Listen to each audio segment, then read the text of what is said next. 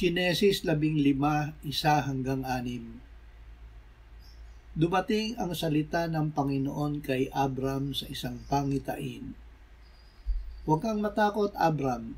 Ako ang iyong kalasag. Ang iyong gantimpala ay magiging napakadakila.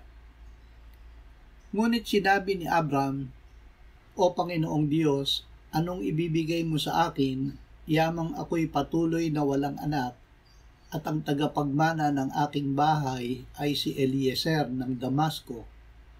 Hindi mo ako binigyan ng anak at isang alipin na ipinanganak sa aking bahay ang magiging tagapagmana ko.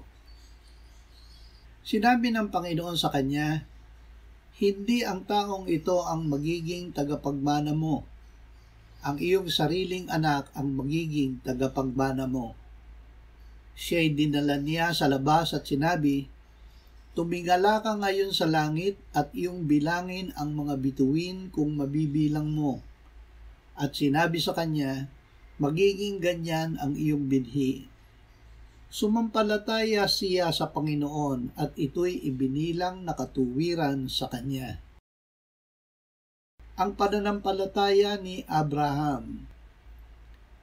Ang walang pananampalataya ay hindi maaaring kalugdan ng Diyos, sapagkat ang sinumang lumalapit sa Kanya ay dapat sumampalatayang may Diyos at Siya ang tagapagbigay gantimpala sa mga masigasig na humahanap sa Kanya. Diyos ang nagbibigay sa atin ng pananampalataya.